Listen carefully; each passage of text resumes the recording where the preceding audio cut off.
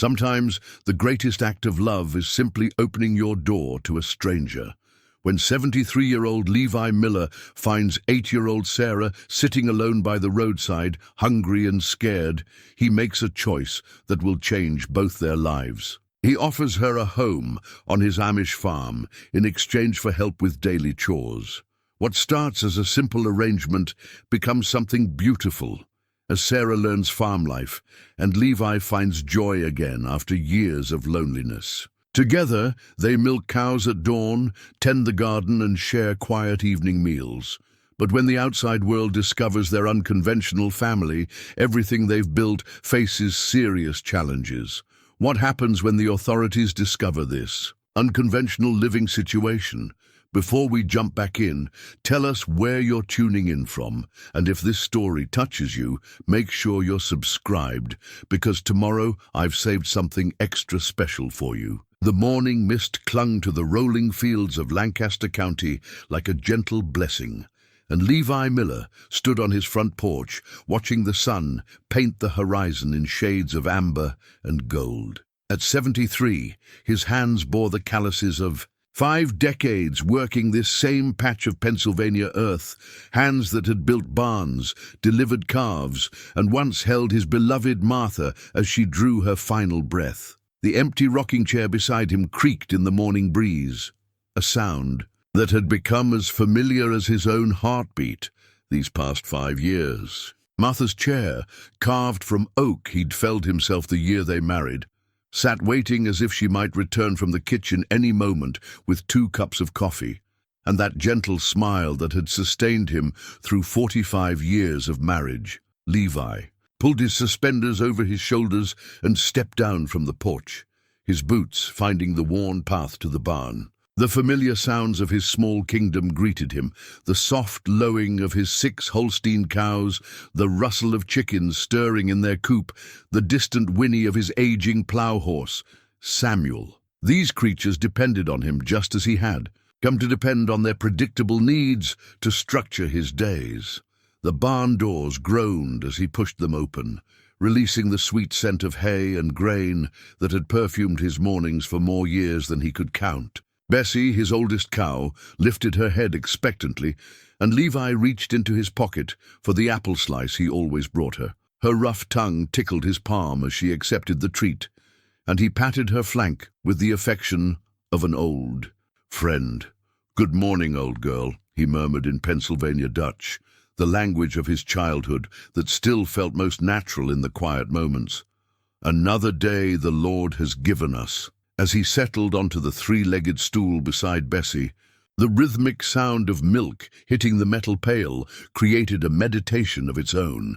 This was his hour of peace, before the world stirred fully to life, when he could speak to God and to Martha's memory without feeling foolish for talking to empty air. The milk foamed white and pure in the pail, and Levi found himself remembering the morning Martha had announced she was with child. They had been married 3 years then, and hope had filled their hearts like spring water fills a well. But that baby, like the 4 that followed over the next decade, had never drawn breath outside Martha's womb. The Lord, as Bishop Samuel often reminded them, had different plans. They had poured their parental love into the community's children instead. Martha teaching the girls to quilt and cook, while Levi showed the boys how to work wood and tend animals. But at night, when the community children returned to their own families, their farmhouse had echoed with a silence that neither of them ever acknowledged aloud. Levi moved to the next cow, then the next, letting muscle memory guide his hands while his mind wandered. The morning routine continued, feeding the chickens, collecting eggs warm from the nest, checking the vegetable garden where Martha's spirit seemed strongest among the tomatoes and green beans she had planted with such care. The garden showed signs of his bachelor neglect, weeds creeping between the rows, vegetables picked haphazardly when hunger demanded rather than when ripeness suggested. Martha would have scolded him gently, her eyes twinkling with the humor that had made even her criticism feel like love. By the time the sun climbed high enough to burn away the mist, Levi had finished the essential chores and returned to the house for breakfast. The kitchen, once the heart of their home where Martha's laughter had mixed with the scents of fresh bread and simmering stews, now felt cavernous around him. He prepared the same meal he ate most mornings: 2 eggs from his own hens, a slice of bread baked by Mary Stoltzfus and purchased at the community store, and coffee that never tasted quite right, no matter how carefully he followed Martha's instructions. Study. Newspaper lay folded beside his plate, full of news from a world that seemed increasingly foreign to his simple existence. Wars and politics, celebrity scandals and stock market fluctuations, all of it felt as distant as the moon. His world had shrunk to these 120 acres, this house, these animals that needed him. After breakfast, he walked the fence lines, checking for damage that might let his few cattle wander onto the county road. This task, like all the others he had once shared with Martha, who would walk beside him, pointing out wildflowers or commenting on the neighbor's new barn roof. Now he walked alone, his shadow the only companion on the worn path. The afternoon brought Bishop Samuel Byler, whose buggy turned into Levi's lane with the measured pace of a man who understood that important conversations required proper time to unfold. Samuel, only 5 years younger than Levi, but still robust from a life of physical work and a house full of grandchildren, had been coming by more frequently since Martha's passing. "Levi," Samuel called as he climbed down from his buggy, his beard now more silver than brown, but his eyes still sharp with the wisdom that had guided their community for 3 decades. "Beautiful day the Lord has given us." "Indeed," Levi replied, setting down the harness he had been mending. "Come, sit with me in the shade." They settled on the wooden chairs Levi kept under the old maple tree, a spot where he and Martha used to shell peas and snap beans while watching the sunset paint the western sky. Samuel removed his black hat and wiped his forehead with a handkerchief, a gesture that signaled he had something weightier than weather to discuss. "The community worries." "About you, Levi," Samuel began, his voice carrying the gentle authority that made him such an effective spiritual leader. "You are a good man, faithful and hard-working, but man was not meant to live alone." Levi had heard variations of this conversation before. Well-meaning friends and family members had suggested he might consider remarriage, pointing to various widows in neighboring communities who might welcome the companionship of a man with a good farm and a reputation for kindness. But the very idea felt like betrayal, as if accepting another woman's care would somehow diminish the memory of the only love he had ever known. "I manage well enough," Levi said, though even as the words left his mouth, he knew they sounded hollow. The truth was that each day felt longer than the last, each meal quieter, each evening more solitary. "Managing and living are not the same." "A thing," Samuel observed, his tone gentle but direct. "Martha would not have wanted you to spend your remaining years in such loneliness." They sat in comfortable silence for a while, watching Levi's cattle graze in the pasture beyond the garden. A red-winged blackbird sang from the fence post, and somewhere in the distance, another farmer's tractor hummed its mechanical tune. These were the sounds of their world, unchanged for generations, despite the modern intrusions that crept closer each year. Dr. Ruth Brennan's pickup truck appeared on the county road, slowing as it approached Levi's lane. Ruth, an English neighbor who had lived next door for 15 years, served as an unofficial bridge between the Amish community and the outside world. She was a retired nurse whose late husband had been a respected veterinarian, and her medical knowledge had proven invaluable during emergencies when traditional remedies fell short. She parked beside Samuel's buggy and approached with the confident stride of a woman, accustomed to being welcomed wherever she went. At 68, Ruth carried herself with the dignity of someone who had spent decades caring for others, and her silver hair was always neatly arranged despite her practical lifestyle. "Samuel, Levi," she greeted them with a smile that reached her eyes.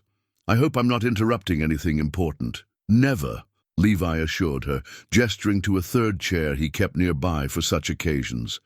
"Can I get you something to drink?" "Just the pleasure of your company," Ruth replied, settling into the chair with a small sigh of contentment. "I've been meaning to check on you, Levi.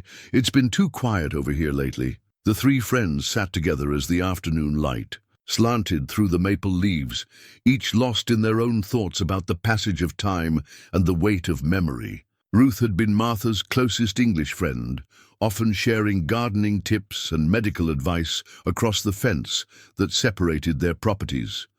Her presence brought a different kind of comfort, one that acknowledged the connections that transcended cultural boundaries. "I saw Mary Stoltzfus at the store yesterday," Ruth mentioned casually. "She said the harvest looks promising this year."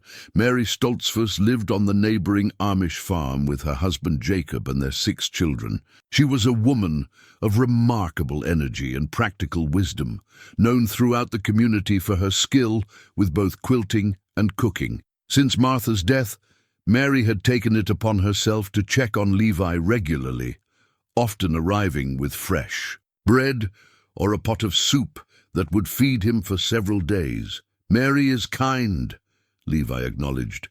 "Too kind, perhaps.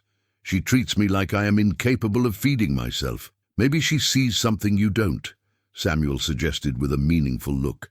"Sometimes the Lord sends help in forms we do not immediately recognize." As the conversation continued, Levi found himself thinking about the routines that had sustained him since Martha's passing. The daily chores provided structure, the seasonal cycles offered purpose, and the community's gentle care prevented complete isolation.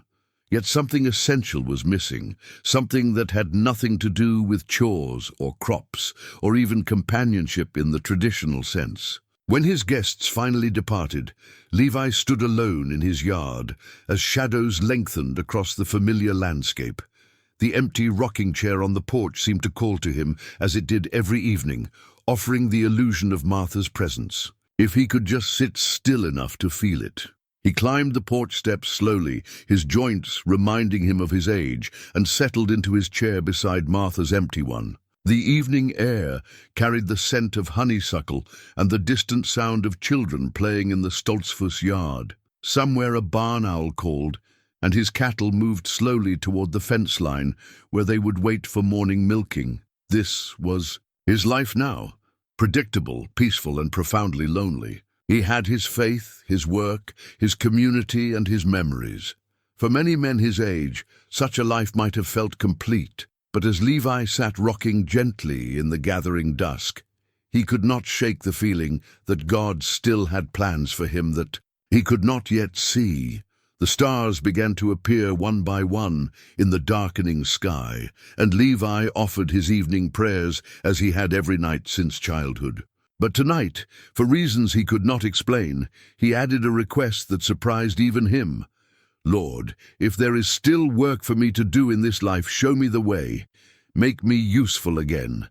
As if in response to his prayer, a movement caught his eye on the county road. A small figure walking slowly along the gravel shoulder, moving with the hesitant gait of someone unsure of their destination. Levi squinted in the fading light, making out what appeared to be a child, alone, and moving away from town rather than toward it. He rose from his chair and walked to the edge of his porch, concerned but not yet alarmed. Children sometimes walked these country roads, though usually in groups and during daylight hours. This solitary figure seemed different somehow, purposeless in a way that stirred something protective in his chest. The figure moved closer, and Levi could see it was indeed a child. A young girl with tangled hair and clothes that even in the dim light appeared worn and dirty. She walked as if each step required conscious effort, and when she finally stopped directly in front of his lane, she seemed to collapse more than sit on the grass beside the road. Levi felt his heart quicken with a mixture of concern and something else he could not immediately identify. The girl sat with her head in her hands, her small shoulders shaking in a way that suggested tears or exhaustion, or both. She appeared to be alone in the world at that moment, as alone as he felt most evenings in his rocking chair, without conscious Decision. Levi found himself walking down his lane toward the road, drawn by an instinct as old as humanity itself, the impulse to help a child in need. As he approached, the girl looked up with eyes that seemed far too old for her young face, eyes that held a wariness born of experiences no child should endure. "Are you lost, child?" Levi asked gently, stopping a respectful distance away so as not to frighten her further. The girl studied him for a long moment, taking in his plain clothes, his grey beard, his kind but weathered face. When she finally spoke, her voice was barely above a whisper. "I don't have anywhere to go." In that simple statement, Levi heard an echo of his own deepest fear, that he too had nowhere to go, no one who truly needed him, no purpose left in his remaining years. Looking at this lost child, he felt something shift inside him, as if a door that had been closed since Martha's death had suddenly cracked open. "What's your name?" he asked, crouching down to her level. "Sarah," she replied, and something in the way she said it suggested she was testing the name, as if she wasn't entirely certain it still belonged to her. Levi looked at this child, Sarah, sitting alone beside his farm on a summer evening, and felt the first stirring of purpose he had experienced in 5 years. Perhaps his prayer had been answered more quickly than he had imagined. Perhaps God's plans for him involved more than he had dared to hope. "Well, Sarah," he said, standing and extending his hand toward her, "you need a home, and I need help. On my farm, would you like to come inside and have something to eat?" Sarah's small hand felt impossibly fragile in Levi's calloused palm as he led her up the lane toward his farmhouse.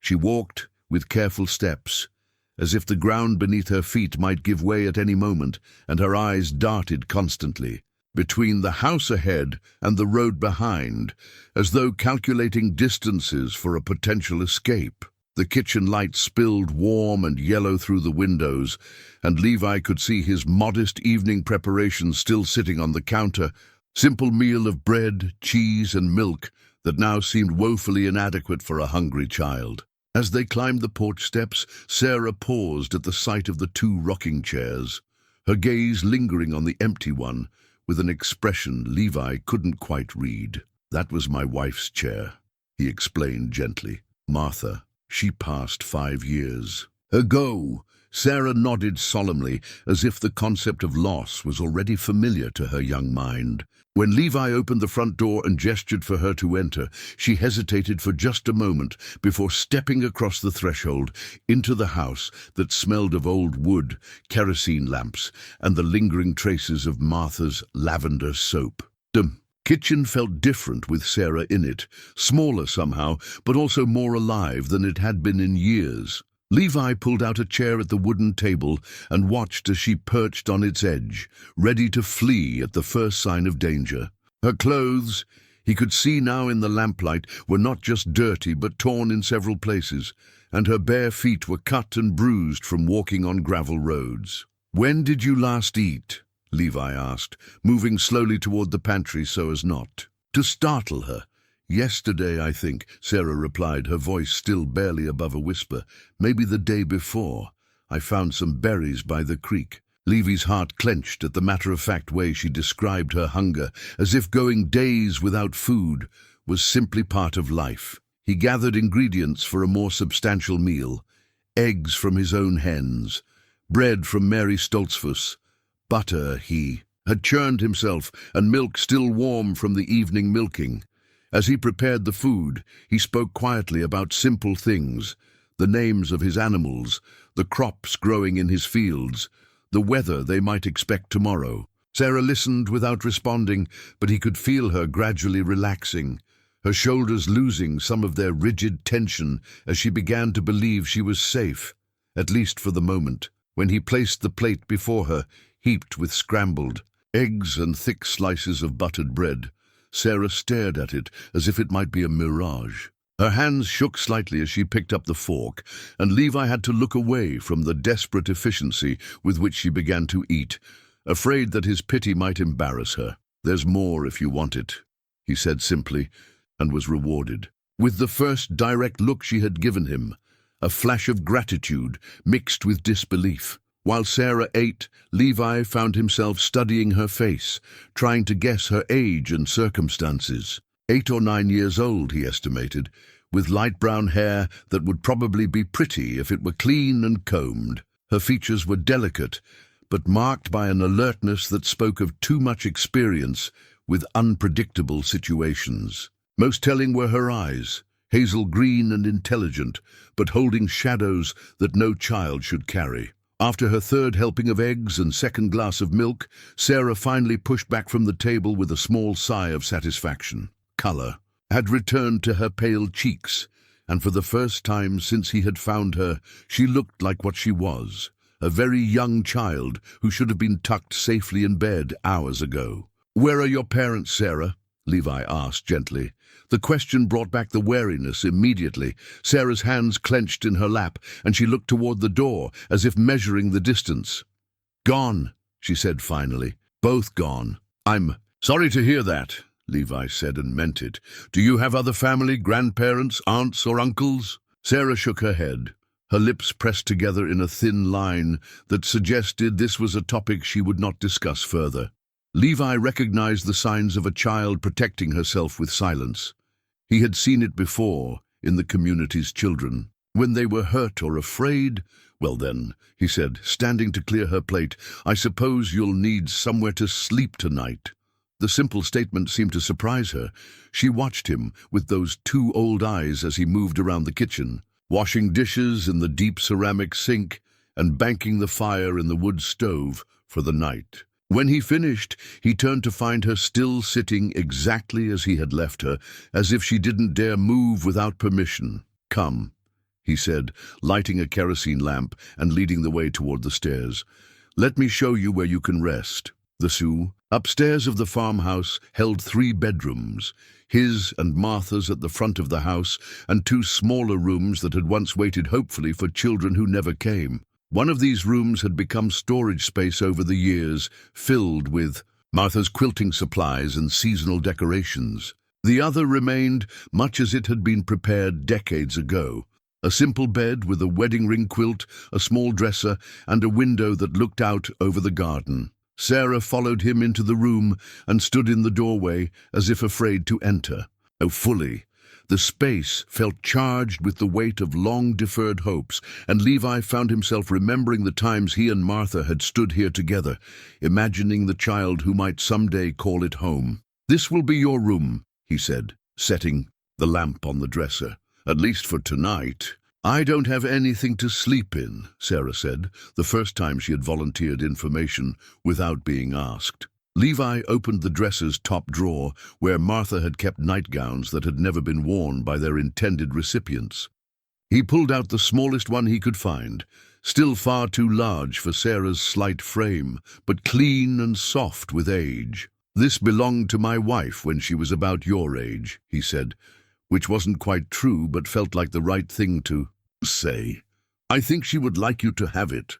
Sarah took the nightgown with reverent hands, holding it against herself as if measuring not just the fit, but the kindness it represented. When she looked up at Levi, her eyes were bright with unshed tears. "Why are you being nice to me?" she asked, the question containing layers of hurt that spoke to experiences with people who decidedly had not been nice. Levi sat on the edge of the bed, choosing his words carefully. "Because that's what people should do for each other," he said, "and because I think maybe we both need the company." As if testing this philosophy, Sarah took a step further into the room, her bare feet silent on the worn wooden floor. She moved to the window and peered out at the moonlit garden, where Martha's vegetables grew in neat weeded rows and fireflies blinked like earthbound stars. "It's pretty here," she said, and Levi heard something in her voice that might have been the beginning of hope. "Yes, it is," he agreed. "Martha always said this farm was a little piece of heaven on earth." The next morning brought Sarah's first real test. Levi woke before dawn, as always, and when he knocked gently on her door, he found her already awake, sitting on the bed, fully dressed in her torn clothes, the borrowed nightgown folded neatly beside her.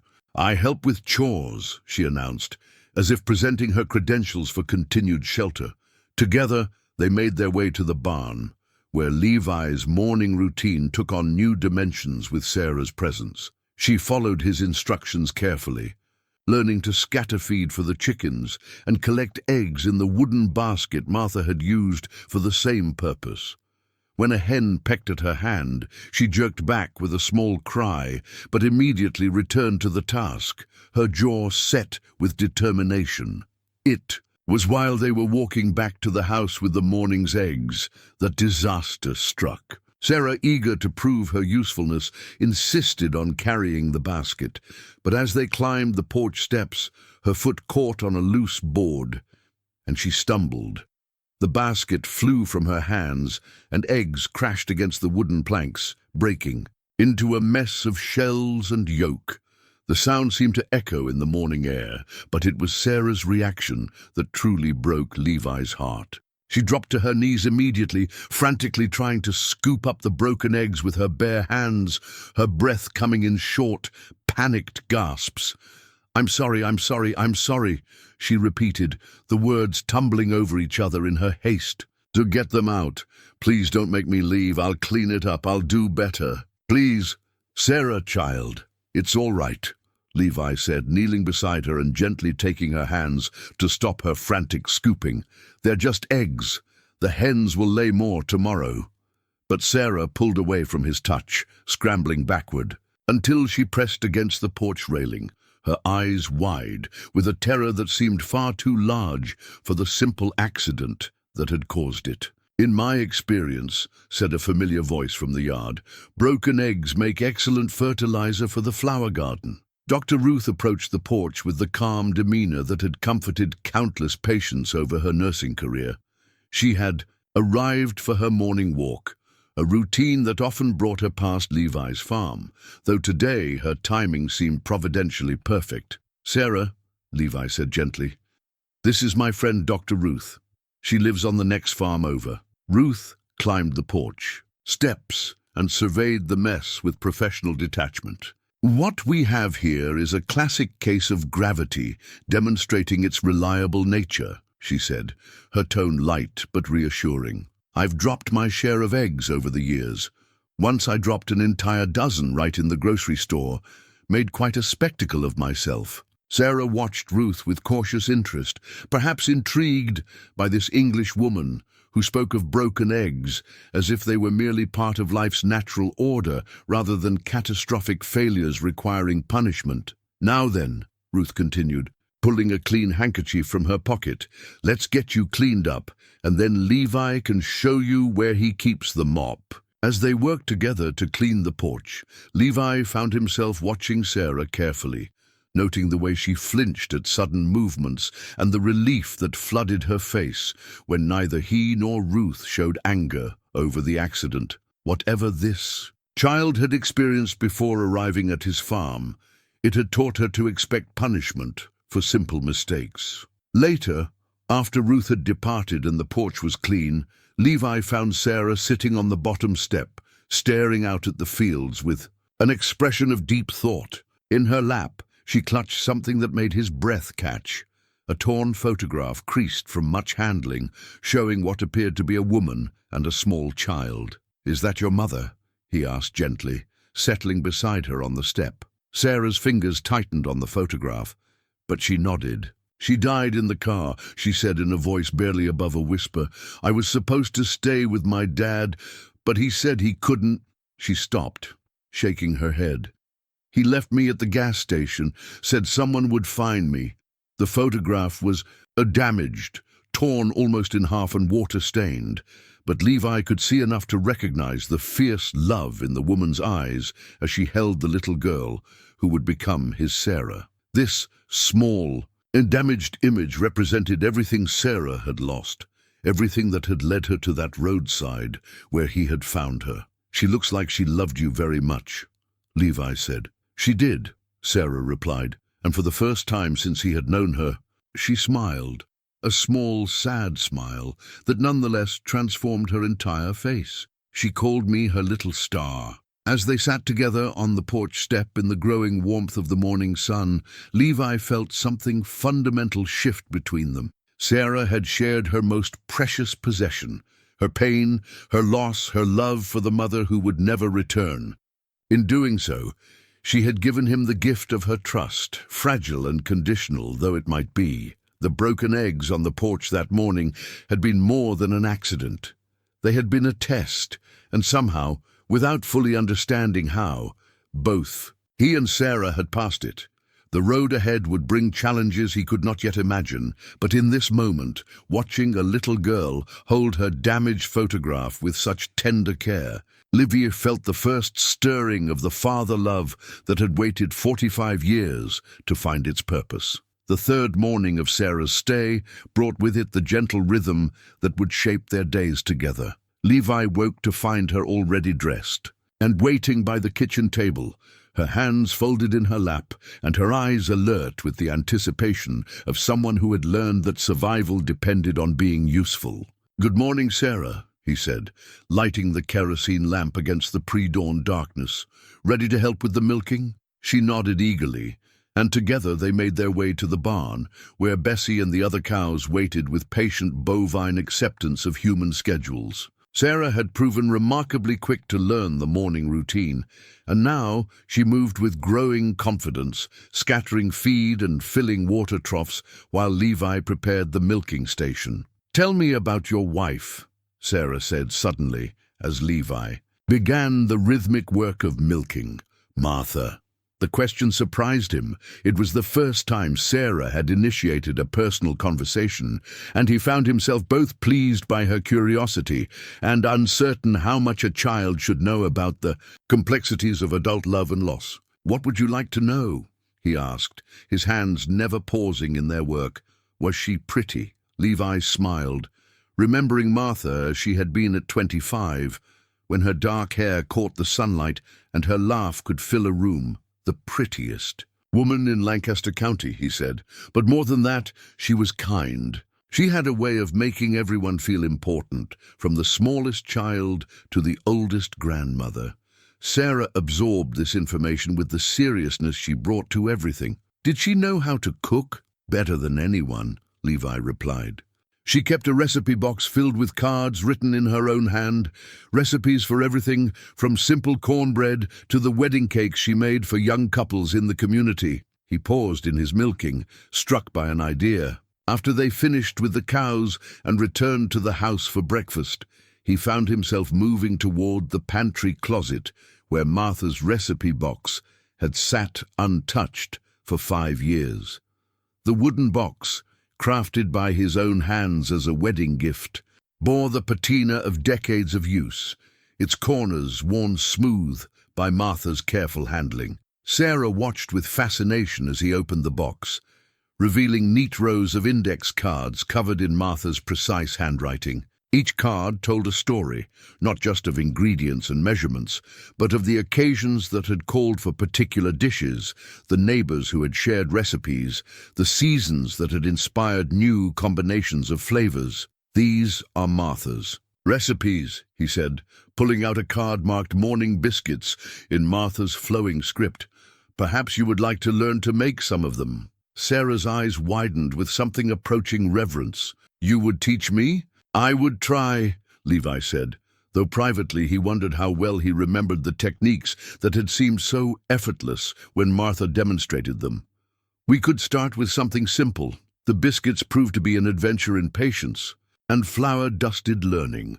Sarah listened intently to Levi's instructions, following Martha's recipe with the concentration of a scholar studying sacred texts. Her small hands struggled with the heavy mixing bowl, and her first attempts at kneading the dough were more enthusiastic than skillful, but her determination never wavered. "Like this?" she asked, pressing and folding the dough as Levi demonstrated.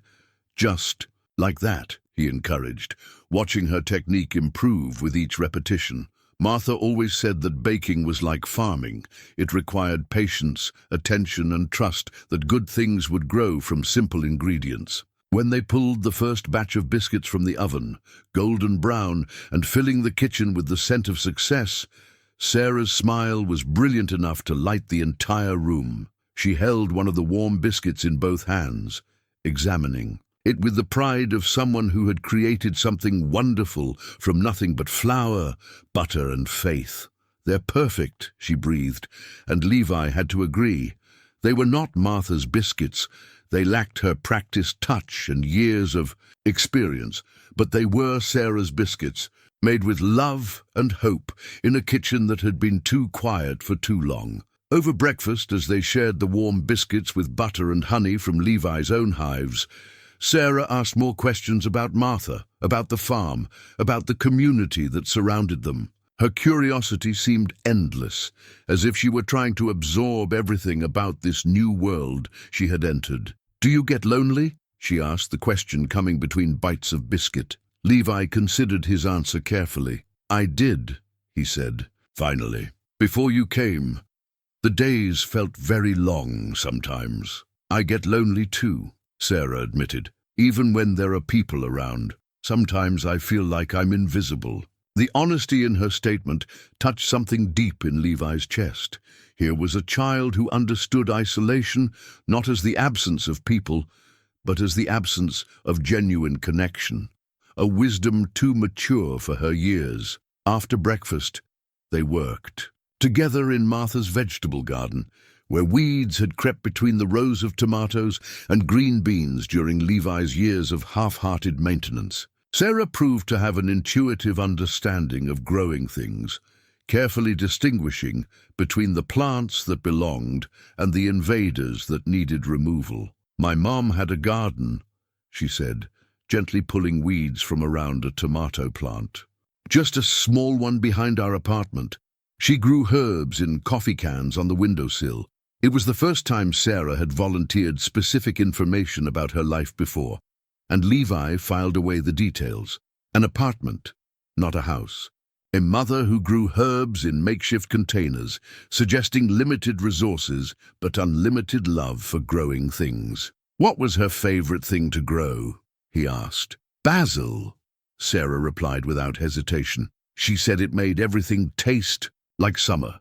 They worked in comfortable silence for a while, their hands dark with soil and their faces warmed by the morning sun.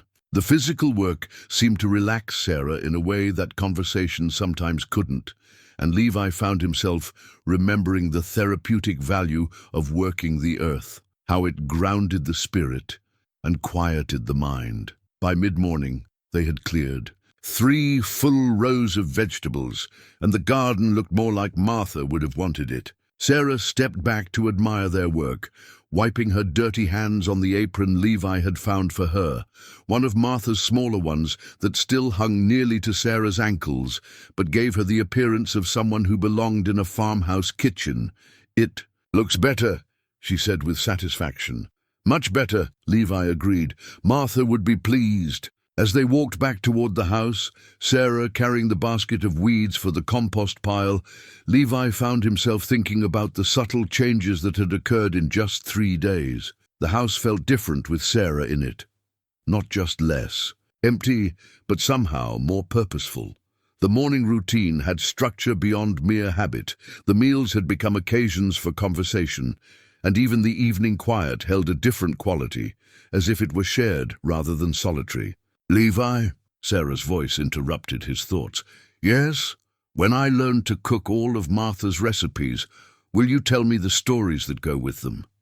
The request struck him as both heartbreaking and hopeful. Here was a child who understood that recipes were more than instructions. They were family history, passed down through generations of women who had fed their families with love made manifest in food.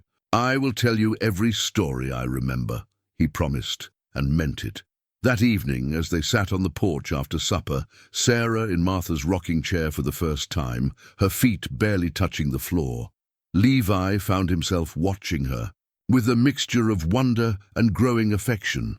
She held Martha's recipe box in her lap like a treasure, occasionally pulling out a card to study in the fading light. "This one is for Christmas cookies," she said, holding up a card decorated with Martha's small drawings of holly leaves. "It says to make them with someone you love, Martha always made those cookies with the children from the community, Levi said. She would invite them over in December, and they would spend the whole afternoon baking and decorating cookies to give as gifts. Sarah traced the recipe with her finger, as if absorbing not just the ingredients, but the tradition itself.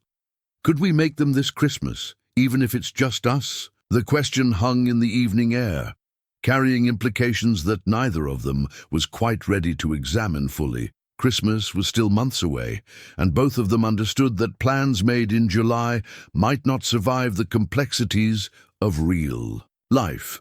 But in this moment, sitting together on the porch with the fireflies beginning to dance in the garden, the future seemed not just possible, but promising. "I think Martha would like that very much," Levi said, and was rewarded with Sarah's smile, brighter and more frequent now, but still precious for its rarity. The second week of Sarah's stay brought changes that even Levi's neighbors began to notice. Where once his daily routines had carried the methodical precision of a man going through familiar motions, now there was an energy and purpose that had been missing since Martha's death. Sarah had not just adapted to farm life, she had embraced it with the wholehearted enthusiasm of someone who had finally found a place where she belonged. Her transformation was most evident in the mornings, when she would bound down the stairs. Before Levi had even lit the kitchen lamp, already dressed and eager to begin the day's work. The fearful, guarded child who had sat by the roadside 2 weeks ago had been replaced by someone who hummed softly while collecting eggs, and who had names for each of Levi's cows. "Bessie likes it when you talk to her while you milk," Sarah observed, settling onto the small stool Levi had fashioned for her beside the milking station. "She gives more milk when she's happy." Levi smiled at her matter-of-fact assessment, though he had to admit she was right. His milk production had actually increased since Sarah's arrival, perhaps because the cows responded to her cheerful chatter and gentle touch. After the morning milking, they returned to the house for breakfast, a meal that had become increasingly elaborate as Sarah worked her way through Martha's recipe collection. Today, she had attempted Martha's griddle cakes, and while they were perhaps a bit thick and uneven, they were served with such pride that Levi declared them the finest pancakes he had ever tasted. "I want to try the honey cake next," Sarah announced, consulting the recipe box with the seriousness of a scholar planning research. "But it says it needs to sit overnight, so we'll have to start it today if we want it for tomorrow." The ease with which she spoke of tomorrow and the day after that filled Levi with quiet satisfaction. Sarah was making plans now, assuming a future that extended beyond mere survival to the luxury of anticipation. It was while they were washing the breakfast dishes that Levi made a decision that had been forming in his mind for several days. From his pocket he withdrew a small wooden cross, carved from cherry wood and worn smooth by years of handling. He had made it for Martha during their courtship, and she had carried it with her every day of their marriage. "Sarah," he said, holding out the cross, "I would like you to have this." She dried her hands on her apron and accepted the cross with the reverence she showed all of Martha's possessions. The wood was warm from his pocket and polished to a soft gleam that spoke of decades of loving care. "It's beautiful," she whispered, tracing the simple lines with her fingertip. "But it was Martha's. Shouldn't you keep it?" "Martha would want it to go to someone who needed it," Levi said simply. "Someone who could carry it forward." Sarah's eyes filled with tears, not of sadness but of overwhelming gratitude. She had so few possessions that each gift carried enormous weight, and this token of acceptance into what had been Martha's world represented more than simple jewelry. "I'll take good care of it," she promised, slipping the leather cord over her head so that the cross rested against her heart. "I know you will," Levi replied, and felt a satisfaction that surprised him with its depth. Giving away Martha's cross should have felt like loss, but instead it felt like completion, as if Martha's spirit had found a new way to manifest love in the world. The morning brought an unexpected visitor in the form of Bishop Samuel, whose buggy appeared in their lane just as Levi and Sarah were preparing to work in the garden. Samuel's visits had become more frequent lately, though Levi suspected his interest had less to do with pastoral care and more to do with curiosity about the child who had taken up residence on the Miller farm. "Good morning, Bishop Samuel," Sarah called out, her natural politeness enhanced by the careful manners Levi had been teaching her. She made a small curtsy, a gesture that brought a smile to the older man's weathered face. "Good morning, young." "Sarah," Samuel replied, climbing down from his buggy with the measured movements of a man who understood that dignity required its own pace. "I trust you are finding farm life agreeable." "Oh, yes, sir," Sarah replied with enthusiasm.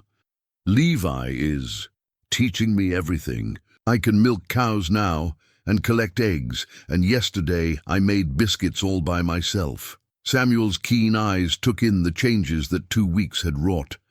Sarah's healthier color, her confident posture, the way she stood close to Levi without the fearful distance that had characterized her first days.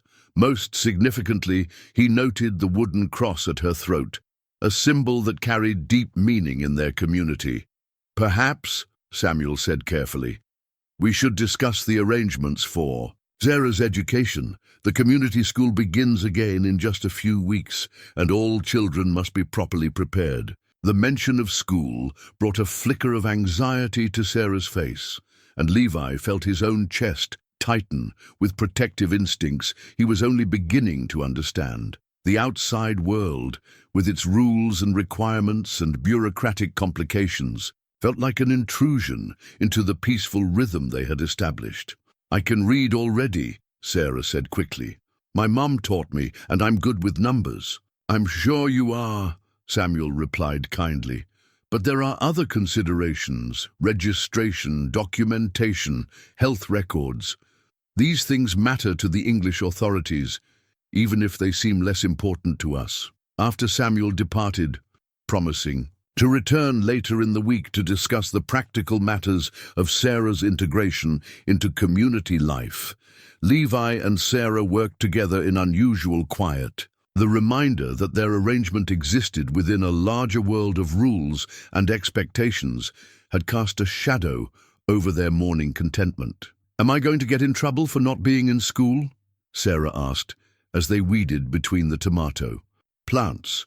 "No one is going to get in trouble," Levi assured her, though privately he wondered about the complications that formal education might bring. "We'll figure out what needs to be done."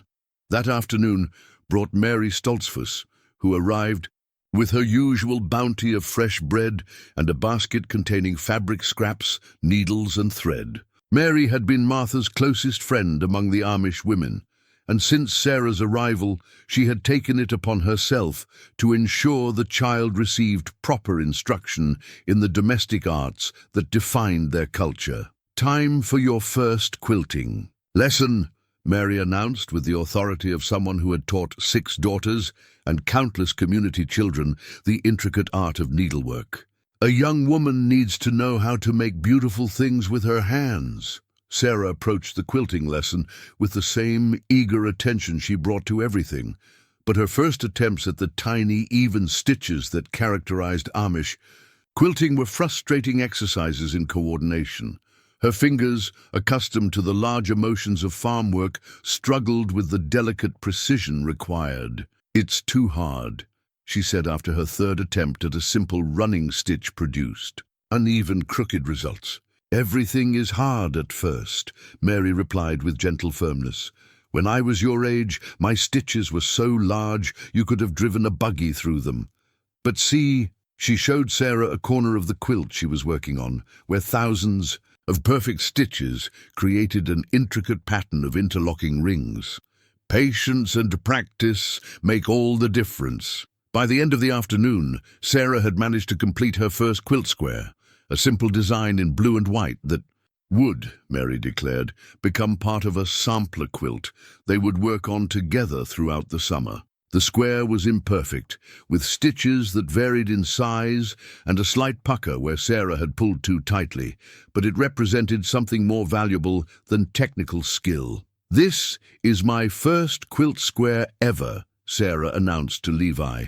When Mary had gone home, holding the fabric patch as if it were made of precious metal. "Mary says if I keep practicing, someday I'll be able to make a whole quilt by myself." "Martha would be proud," Levi said, examining the square with the seriousness it deserved. "She always said that quilting was about more than making blankets. It was about creating beauty and bringing women together in friendship." That evening, as had become their custom, they sat together on the porch as the sun set behind the western hills. Sarah wore Martha's wooden cross and held her first quilt square, two tokens of belonging that anchored her to this place and this man who had become the most important person in her world. "Levi," she said, as fireflies began their nightly dance. "In the garden." "What's a grossdaddy, a grandfather?" Levi replied, wondering where she had encountered the Pennsylvania Dutch term. Sarah was quiet for a long moment, studying her quilt square in the fading light. When she spoke again, her voice was soft with the weight of a decision that had been forming in her heart for days. "Would it be all right if I called you grossdaddy? I mean, if you don't mind." The question hung in the evening air like a prayer, waiting for an answer. Levi felt his throat tighten with emotion he had not expected, the profound joy of being chosen by this remarkable child, of being deemed worthy of a title that carried the weight of love and respect and trust. "I would be honored," he said simply, and when Sarah smiled at him in the gathering darkness, he felt as if Martha herself had given them both her blessing. 3 weeks had transformed the Miller farm in ways that went far beyond the obvious improvements. To the garden and the increased milk production, the house itself seemed to breathe differently, filled with sounds that had been absent for 5 years, the patter of quick feet on the stairs, the soft humming that accompanied Sarah's morning preparations, the gentle conversations that turned solitary meals into companionship. Sarah had settled into the rhythm of farm life with remarkable ease, her initial wariness replaced by a confidence that grew stronger each day. She woke before dawn without prompting, dressed quickly in the simple clothing that Mary Stoltzfus had helped them select, and met Levi in the kitchen with an enthusiasm that never seemed to dim. "The hens laid 7 eggs this morning," she announced, proudly, setting the basket on the kitchen table with the care of someone presenting treasure. "And I think Gertie might be broody. She didn't want to leave her nest box." Levi smiled at her growing expertise with the animals. Sarah had developed an intuitive understanding of their needs and moods that reminded him of Martha's natural way with living things. The transformation in her appearance was equally remarkable. Her hair now gleamed with health and cleanliness, her cheeks had filled out from regular meals, and her eyes held the brightness of a child who felt safe and loved. The morning routine had become a dance of comfortable familiarity. Sarah prepared breakfast, while Levi finished the outdoor chores, and they met at the kitchen table as the sun crested the eastern hills. Today's meal featured her latest culinary achievement, Martha's recipe for cornbread, which she had mastered. After only 2 attempts, "I want to try the apple butter next week," she said, consulting Martha's recipe box with the scholarly attention she brought to all her projects. "But Mary says we should wait until the apples are ready in September." The casual mention of September, still 2 months away, filled Levi with quiet satisfaction. Sarah was making long-term plans now, assuming a future that stretched beyond immediate survival. The frightened child who had sat by the roadside a month ago was learning to think in seasons and harvests, to plant seeds in July for bread in October. Their morning was interrupted by the sound of a vehicle turning into the lane, not the familiar clip-clop of horse hooves that usually announced visitors, but the mechanical hum of an automobile engine. Through the kitchen window, Levi saw a small sedan approaching the house, official-looking in its plain grey paint and government license plates. Sarah noticed the change in his expression immediately, her fork freezing halfway to her mouth. "Who is it?" she asked, and Levi could hear the old wariness creeping back into her voice. "I don't know," he admitted, though the formal appearance of the vehicle suggested this was not a social call. "Stay here while I see what they want." The woman who emerged from the sedan was middle-aged and professionally dressed, with the efficient manner of someone accustomed to difficult conversations. She carried a briefcase and wore the expression of polite determination that Levi associated with government officials and tax collectors. "Mr. Miller?" she asked, approaching the porch with measured steps. "I'm Linda Thompson from the county Children's Services Department. I understand you have a child living here who isn't your legal ward." The words hit Levi like a physical blow, though he had known this moment would eventually come. Dr. Ruth had warned him weeks ago that Sarah's presence would eventually come to official attention, but somehow he had hoped they might have more time to establish their arrangement before facing bureaucratic scrutiny. "Sarah is my guest," he said carefully, aware that his choice of words might carry legal implications he didn't fully understand. "She needed help, and I was able to provide it." Ms. Thompson consulted the papers in her briefcase with the thoroughness of someone who dealt in regulations rather than relationships. "Mr. Miller, I appreciate your good intentions, but there are proper procedures for child placement. This situation needs to be regularized immediately." Through the kitchen window, Levi could see Sarah watching the conversation with growing alarm. Her breakfast sat forgotten on the table, and her hand had moved instinctively to touch the wooden cross at her throat, a gesture that had become her way of seeking comfort when anxiety threatened to overwhelm her. "What does that mean exactly?" Levi asked, though he suspected he already knew the answer. "It means Sarah needs to be placed in proper foster care while we investigate her situation and locate suitable permanent placement," Ms. Thompson explained, with the patient tone of someone who had delivered this news many times before. "You're not a licensed foster parent, Mr. Miller, and this arrangement, while well-meaning, doesn't meet state requirements." The conversation that followed was a maze of regulations and requirements that seemed designed more to protect the system than the child it claimed to serve. Background checks, home studies, training requirements, regular inspections, a whole apparatus of bureaucracy that would take months to navigate. Assuming Levi could meet all the criteria for someone his age, seeking to become a foster parent, where would she go in the meantime, Levi asked, though he dreaded the answer. "We have several excellent foster families in the county," Ms. Thompson assured him. "Sarah would be well cared for while we work through the proper channels." When Ms. Thompson finally departed, promising to return within the week to discuss next steps, Levi found Sarah exactly where he had left her, sitting at the kitchen table, her breakfast now cold, her eyes bright with unshed tears. "I heard," she said simply. "She wants to take me away, doesn't she?" Levi sat down across from her and reached for her hands, which were trembling despite her attempt to appear brave. "She thinks she's doing what's best for you," he said carefully. "But I won't let anything happen to you, Sarah.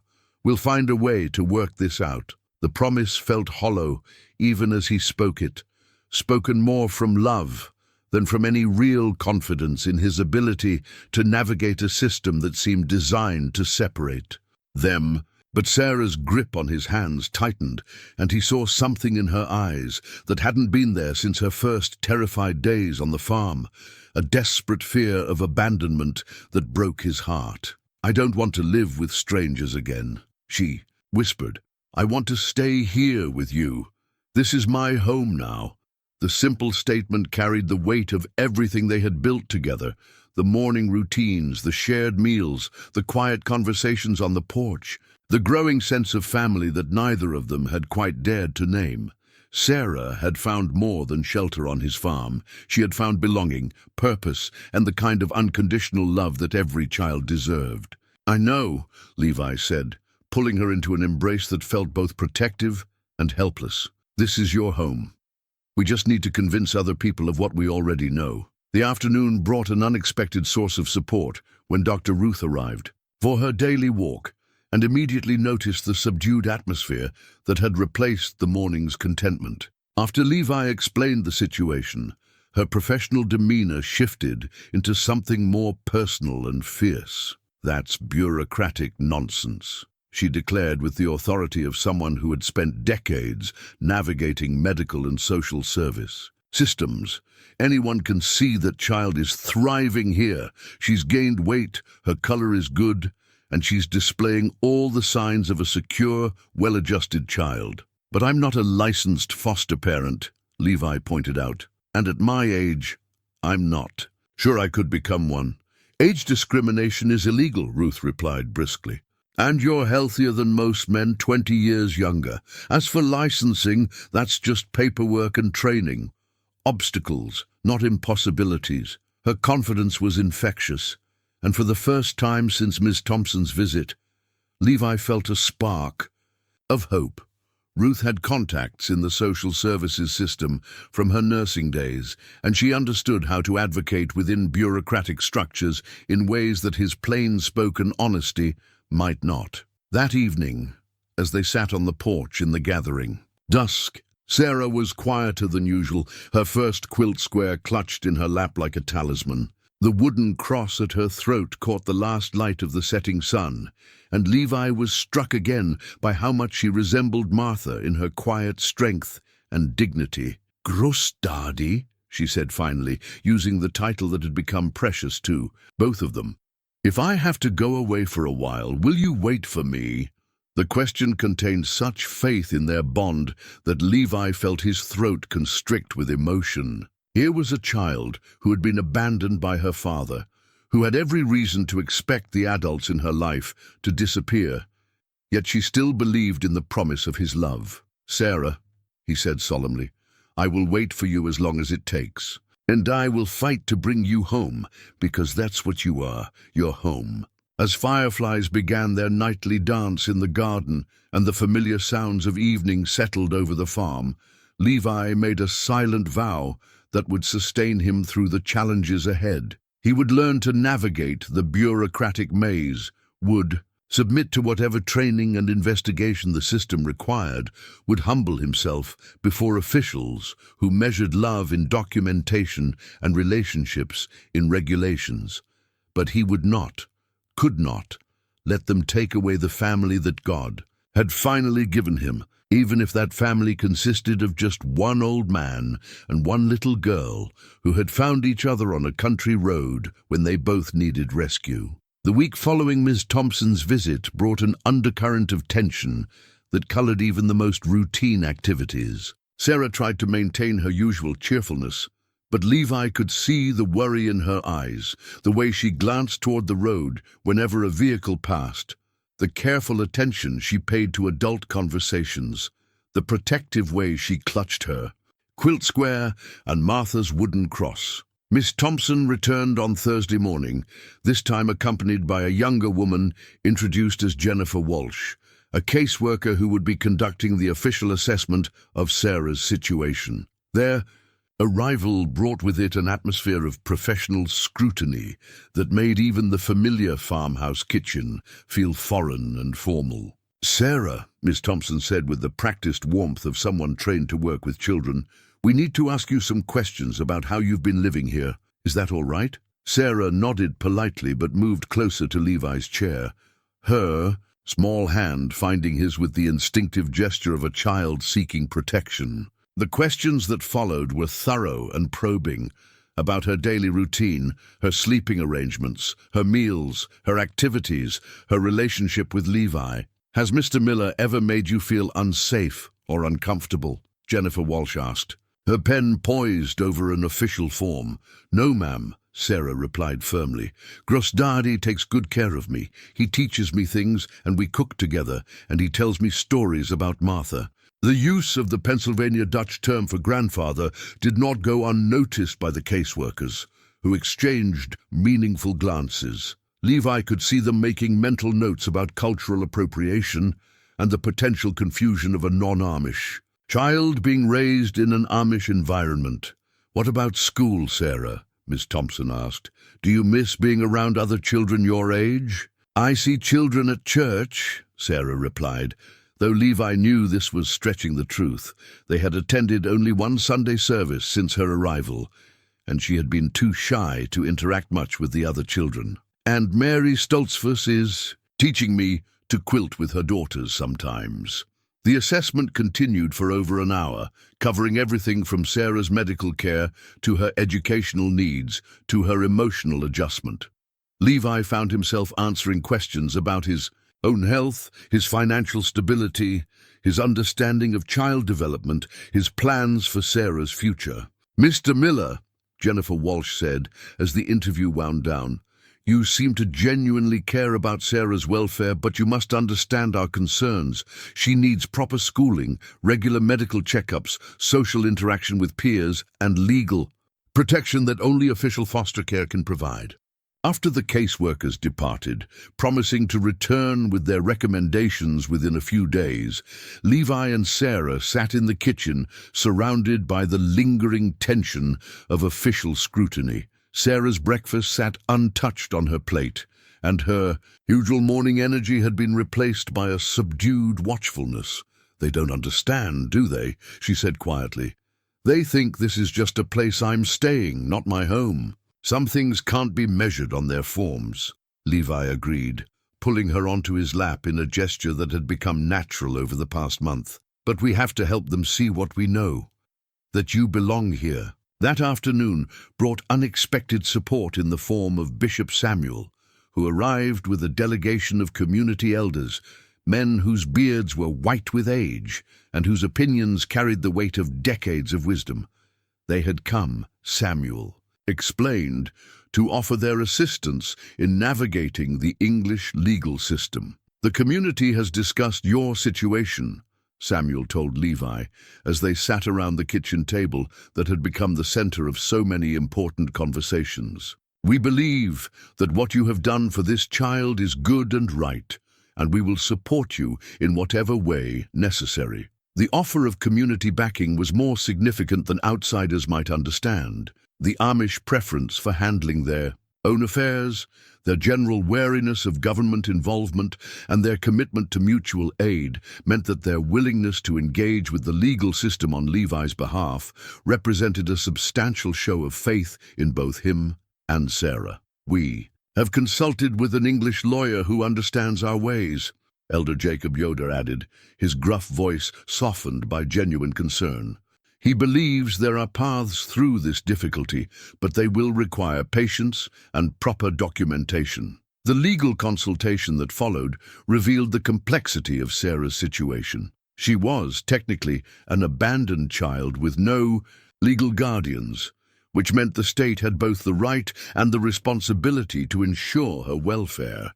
However, her obvious well-being under Levi's care, combined with the community's support and his willingness to pursue proper foster care licensing, created possibilities for keeping her placement intact during the bureaucratic process. "The key," explained attorney David Brennan, Dr. Ruth's nephew who had agreed to take their case pro bono, "is demonstrating that Sarah's current placement is in her best interest and that disrupting it would cause more harm than good. This would require documentation of Sarah's physical and emotional progress, character references from community members, medical evaluations showing her improved health, and evidence of the stability and appropriateness of the home environment. It would also require Levi to begin the foster care licensing process immediately, despite his age and the cultural complexities of an Amish man navigating English bureaucracy. The evening brought Mary Stoltzfus, who arrived with her usual basket of practical offerings, but also with something more precious, a partially completed quilt square in Sarah's small, careful stitches. Sarah had been working on it during her visits to the Stoltzfus home, learning the traditional patterns and techniques that connected Amish women across generations. "Look, gross daadi," Sarah said, holding up the square with pride despite the morning's difficulties. "Mary says my stitches are getting much smaller and more even." The quilt square was indeed a marked improvement over her first attempt. A simple pattern in soft blues and whites that would, Mary explained, eventually become part of a sampler quilt, documenting Sarah's learning journey.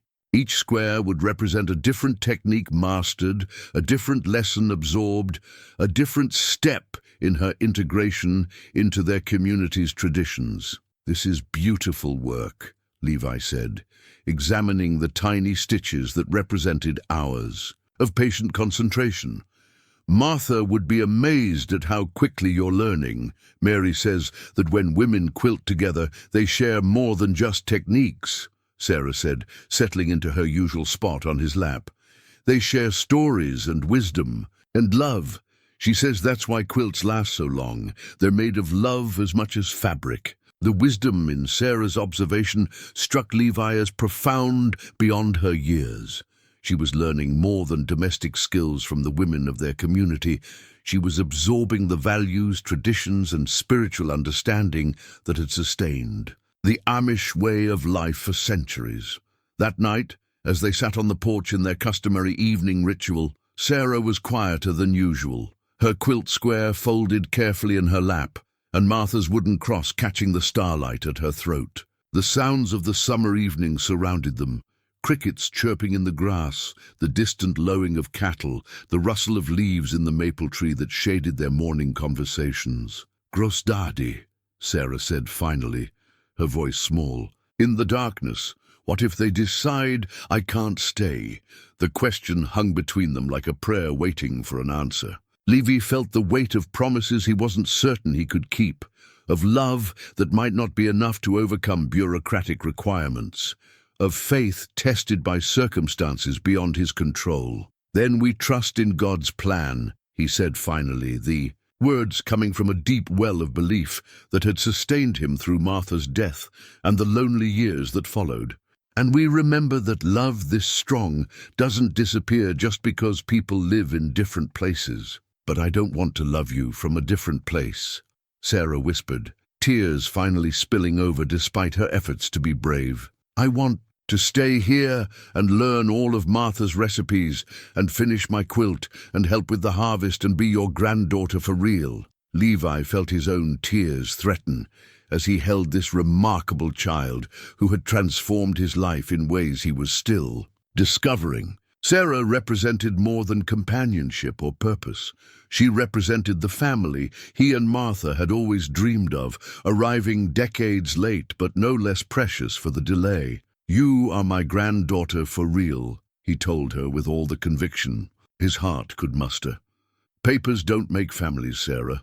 Love makes families, and nothing can change the love we have for each other." As they rocked together on the porch under a canopy of summer stars, surrounded by the peaceful sounds of the farm that had become their shared kingdom, Levi made another silent vow. Whatever the legal system required, whatever bureaucratic hoops he needed to jump through, whatever cultural barriers he needed to cross, he would find a way to keep this child who had restored meaning to his life. The quilt square in Sarah's lap represented more than her growing skill with needle and thread. It represented her integration into a community that valued persistence, patience, and the faith that beautiful things could be created one small stitch at a time. Their fight to stay together would require the same qualities, the same faith that love and dedication could overcome even the most daunting obstacles. The call came on a Tuesday morning, while Sarah was in the garden picking tomatoes for their lunch, her laughter floating through the open kitchen window as she discovered a particularly large specimen hidden beneath the green leaves. Levi answered the phone with the wariness he had developed for all official communications since the caseworkers began their investigation. "Mr. Miller, this is Detective Rebecca Martinez with the Pennsylvania State Police. I need to speak with you about the child in your care, Sarah." The formal tone and the mention of state police sent ice through Levi's veins. Through the window, he could see Sarah carefully placing tomatoes in her basket, unaware that their carefully constructed world was about to shift on its axis once again. "Is there a problem, Detective?"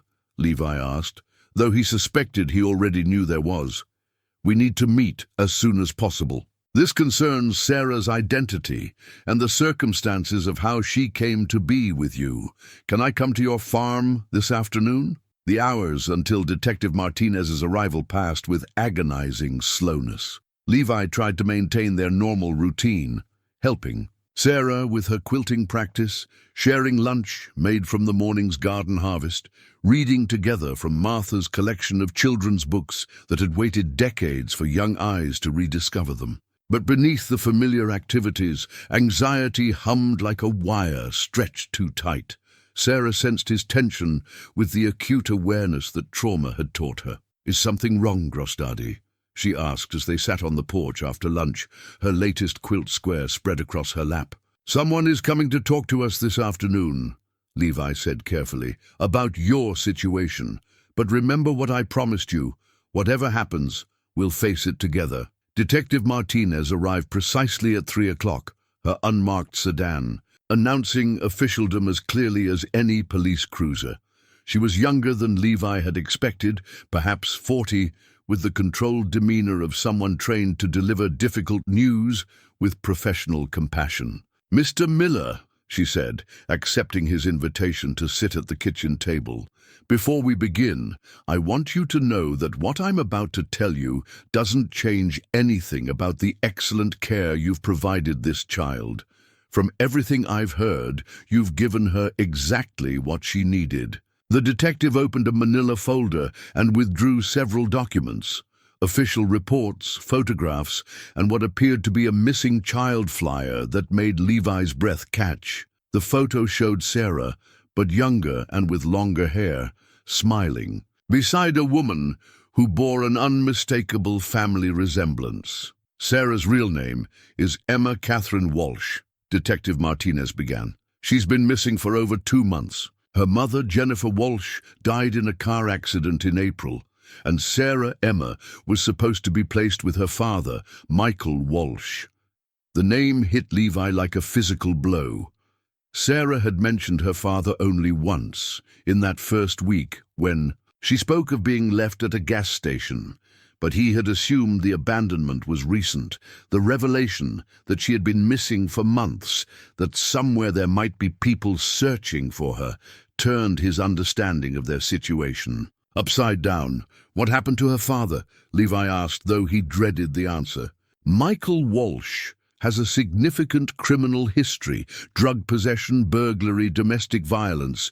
When Child Protective Services tried to place Emma with him after her mother's death, he kept her for exactly 3 days before abandoning her at a truck stop outside Harrisburg."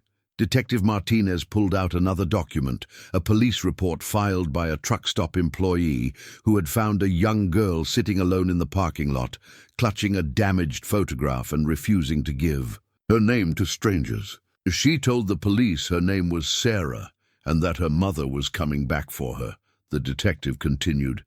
"But when they tried to place her in emergency foster care that night, she disappeared from the placement home. That was 8 weeks. Ergo, the authorities have been looking for her ever since." The timeline aligned with Sarah's arrival at his farm in a way that made Levi's heart ache for the frightened child who had walked miles of country roads, sleeping in fields and woods, surviving on berries and stream water before collapsing at his gate. "So her father has been arrested on unrelated charges," Detective Martinez said firmly. "He's facing 5 to 10 years in prison. There are no other living relatives. If we had found Emma 2 months ago, she would have entered the foster care system as a ward of the state." Sarah Emma chose that moment to appear in the kitchen doorway, drawn by the sound of adult voices discussing serious matters. She took in the scene with the careful assessment that had become second nature to her. The official papers spread across the table, Detective Martinez's professional demeanor, Levi's pale complexion and tense posture. "You found out who I used to be," she said simply, her voice carrying neither surprise nor fear, just a weary acceptance that suggested she had been expecting this moment. "Emma Catherine Walsh," Detective Martinez said gently. "That's your legal name, sweetheart. Do you remember being called Emma?" Sarah Emma nodded slowly, her hand moving instinctively to touch the wooden cross at her throat. "My mom called me Emma Kate, but after she died, I didn't want to be Emma anymore. Emma was the girl who had a mom and lived in the apartment. With the herb garden, Sarah is the girl who lives here with Grosdadi. The simple explanation contained layers of psychological truth that impressed even the detective. This remarkable child had understood instinctively that profound trauma sometimes required the creation of new identity, that survival might depend on leaving behind the self that had been wounded beyond repair. "I understand," Detective Martinez said. "But legally you're still Emma Walsh, and there are people who have been very worried about you. Your teachers at Roosevelt Elementary, your neighbor Mrs. Chen, who used to watch you after school, even some of the nurses from the hospital where your mother worked, they all filed missing person reports. They care about what happened to you." The mention of these connections to her old life brought tears to Sarah's eyes for the first time. Levi saw her struggling with the realization that her disappearance had caused pain to people who cared about her, even as she had been finding healing and love in her new life. "Are you going to make me go back?" she asked. The question directed to Detective Martinez, but her eyes fixed on Levi's face. "That's not my decision," the detective replied honestly. "But I will say this. The system failed you once when it couldn't provide adequate protection after your mother's death. I won't let it fail you again." The conversation that followed revealed the complexity of Sarah's situation from a legal standpoint. As Emma Walsh, she was a missing child who needed to be returned to official custody for her own protection. But as Sarah Miller, the name she had been using on the farm, the identity she had chosen for herself, she was a child who had found stability and love in an unconventional placement that was clearly working. "There will need to be hearings," Detective Martinez explained, "official proceedings to determine what's in Emma's best interest. The fact that she's thriving here, that the community supports the placement, and that you're willing to pursue legal guardianship will all be taken into consideration. But I'll have to leave, won't I?" Sarah asked, her voice small but steady. "At least for a while." The detective's silence was answer enough. Legal protocol required that Sarah be placed in official foster care while the courts determined her permanent placement. The fact that she was safe and happy with Levi would be considered, but it couldn't override the legal requirement for proper procedures. "How long?" Levi asked, his voice hoarse with the effort of maintaining composure. "Weeks, possibly months," Detective Martinez admitted. "The family court system moves slowly, especially in cases involving interstate missing children and potential guardianship by non-relatives." Sarah moved to stand beside Levi's chair, her small hand finding his shoulder in a gesture of comfort that reversed their usual roles. Despite being the child in this situation, she had developed an intuitive understanding of his emotional needs that spoke to the depth of their bond. "It's all right, Grosdadi," she said with heartbreaking maturity. "We knew this might happen, and you promised you would wait for me." The preparations that followed were both practical and heartbreaking. Sarah packed her few possessions. The clothes Mary Stoltzfus had helped them select, Martha's wooden cross, her collection of quilt squares, the damaged photograph of her mother, and Martha's recipe box, which Levi insisted she take with her.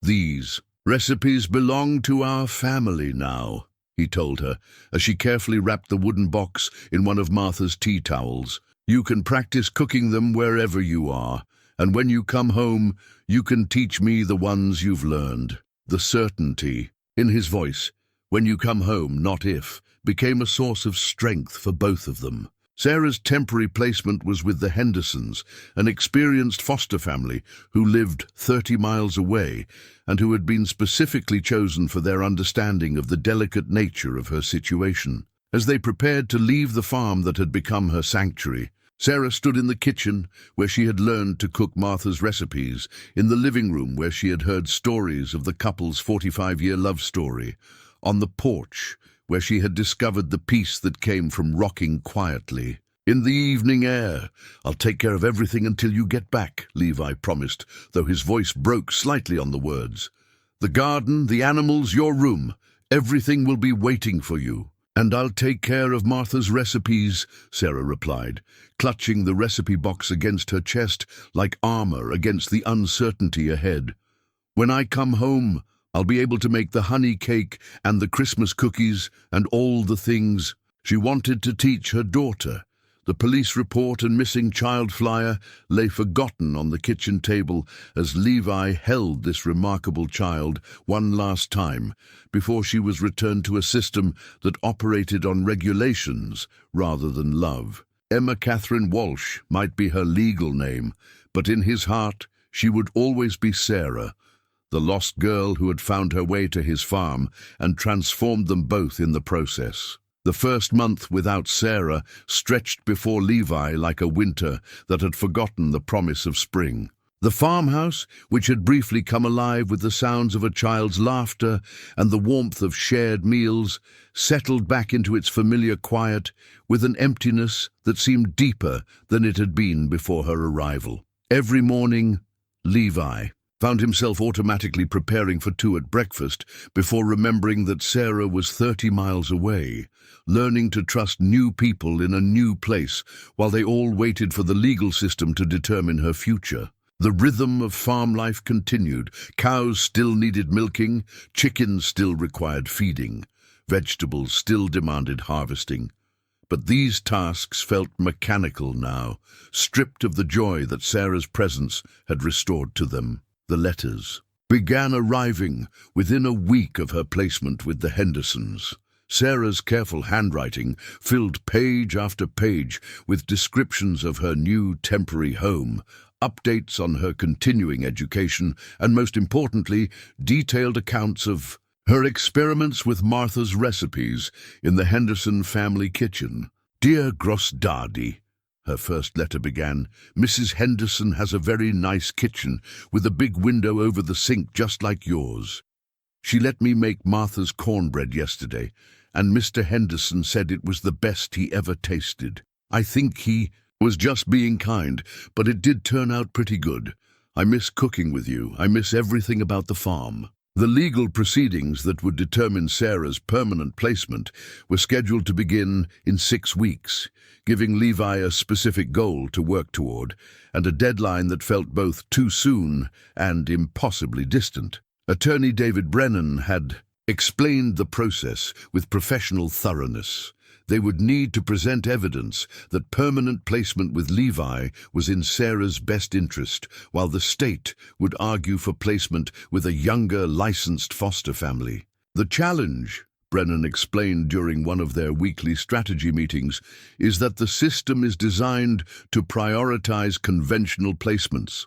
A 73-year-old Amish man seeking to adopt a non-Amish child represents multiple complications that the court will scrutinize carefully. The complications were indeed numerous.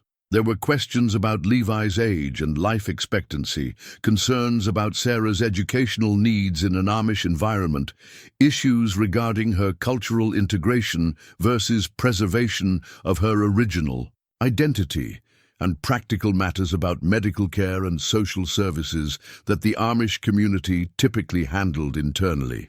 But Brennan had also identified their strengths: Sarah's remarkable improvement in physical and emotional health during her time with Levi, the unprecedented support of the Amish community for this unconventional placement, character references from respected community members, and most importantly, Sarah's own clearly expressed preference to return to the farm. The preparation for the hearing required Levi to engage with the English world in ways he had never imagined. He submitted to background checks, home inspections, psychological evaluations, and parenting classes designed for people decades younger than himself. Each requirement felt like a test of his worthiness to love and care for the child who had become the center of his world. Dr. Ruth proved invaluable during this process, serving as both advocate and translator between Levi's simple faith and the complex bureaucratic requirements. She accompanied him to meetings with social workers, helped him understand the psychological assessments, and provided medical testimony about Sarah's physical and emotional progress during her stay at the farm. That child gained 12 pounds and 3 inches in height during the time she lived with you, Doctor, Ruth told the court-appointed guardian ad litem during their preliminary meeting. Her sleep patterns normalized, her anxiety responses decreased significantly, and she displayed all the markers of a secure, well-adjusted child. In 30 years of nursing, I've rarely seen such dramatic positive changes in a child's well-being. The community support that materialized around their case was both touching and strategically important.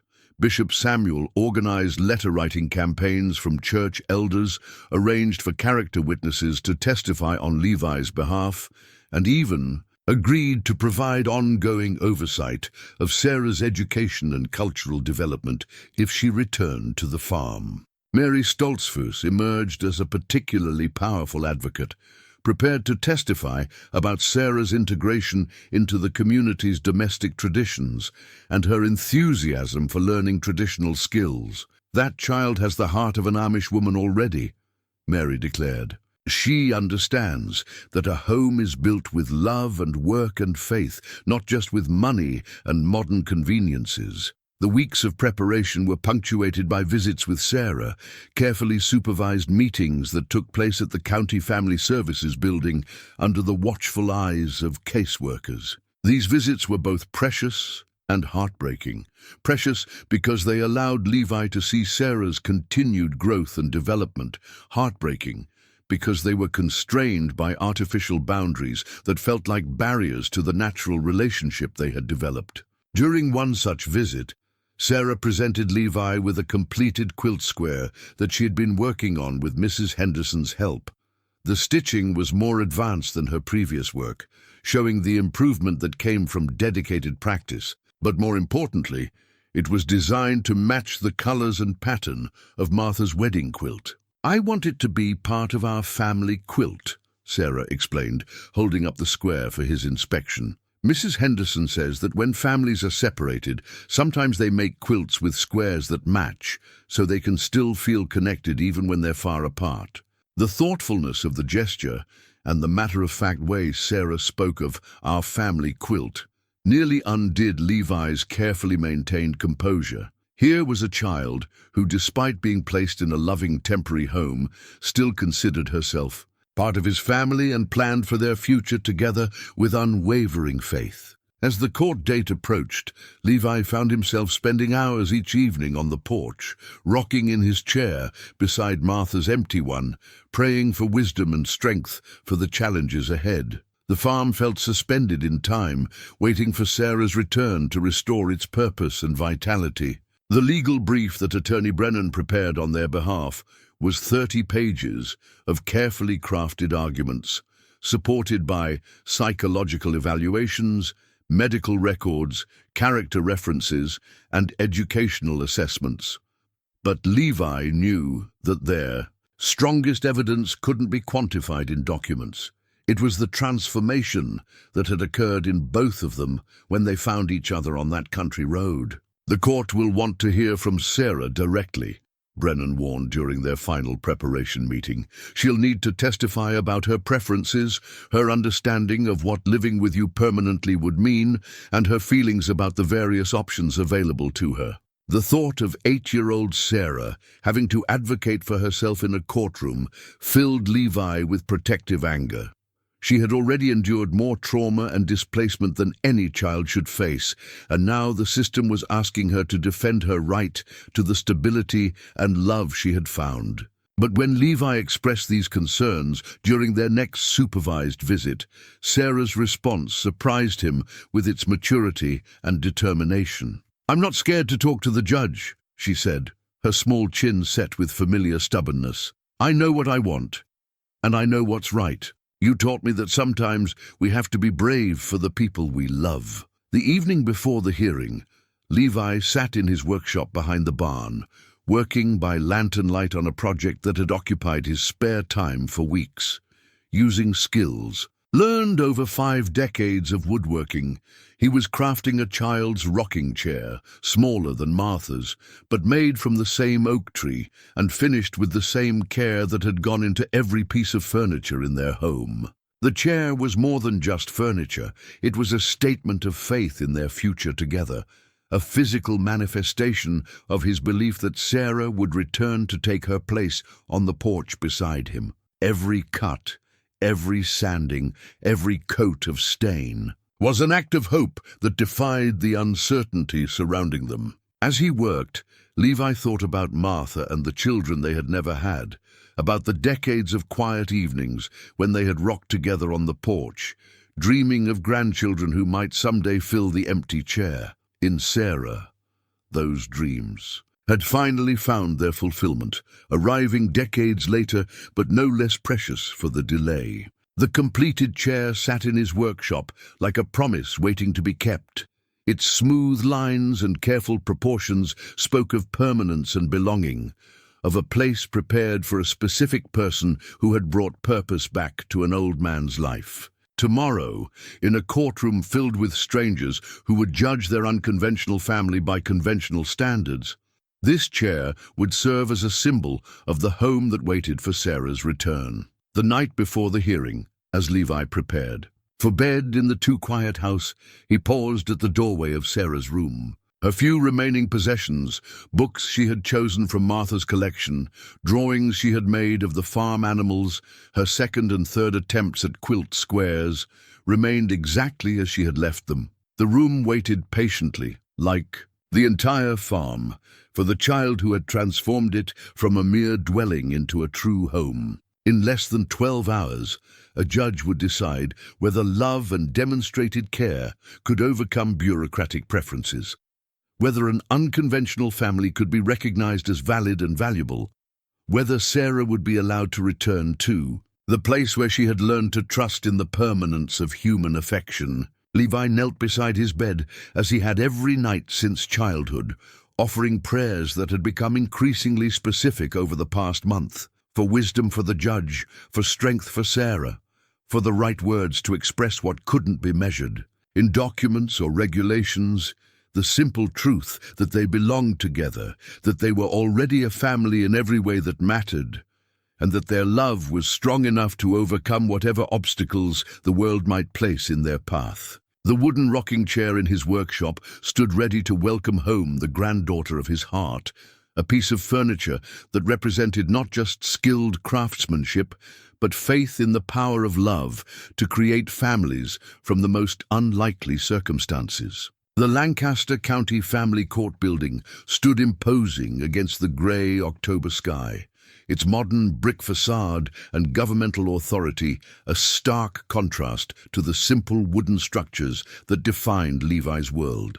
As he climbed the steps beside Attorney Brennan, surrounded by a small delegation of Amish community members who had come to support their cause, Levi felt the weight of everything that had led to this moment. Bishop Samuel walked beside him, his presence representing not just personal friendship, but the unprecedented decision of the Amish community to engage with the English legal system.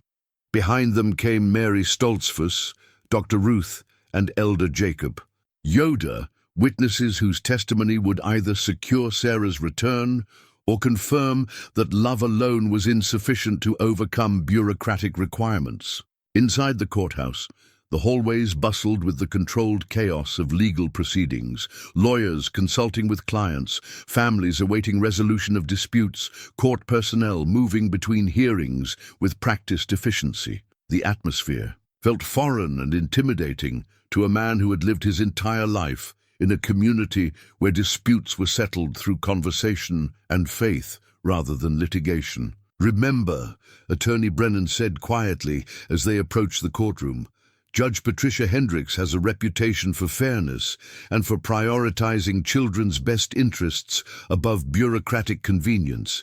She's been on the family court bench for 15 years, and she understands that sometimes unconventional situations produce the best outcomes." The courtroom itself was smaller than Levi had expected, designed more for intimate family matters than the dramatic trials he had seen in occasional glimpses of television during his rare visits to English homes. Judge Hendricks presided from behind an elevated bench, a woman in her mid-50s with silver-streaked hair and the measured demeanor of someone accustomed to making decisions that would alter the course of people's lives. Sarah sat with her court-appointed guardian ad litem, Miss Patricia Wells, a woman whose job was to represent only Sarah's interests, independent of either the state's position or Levi's desires. Sarah wore a simple blue dress that Mrs. Henderson had helped her select, and around her neck, clearly visible against the modest neckline,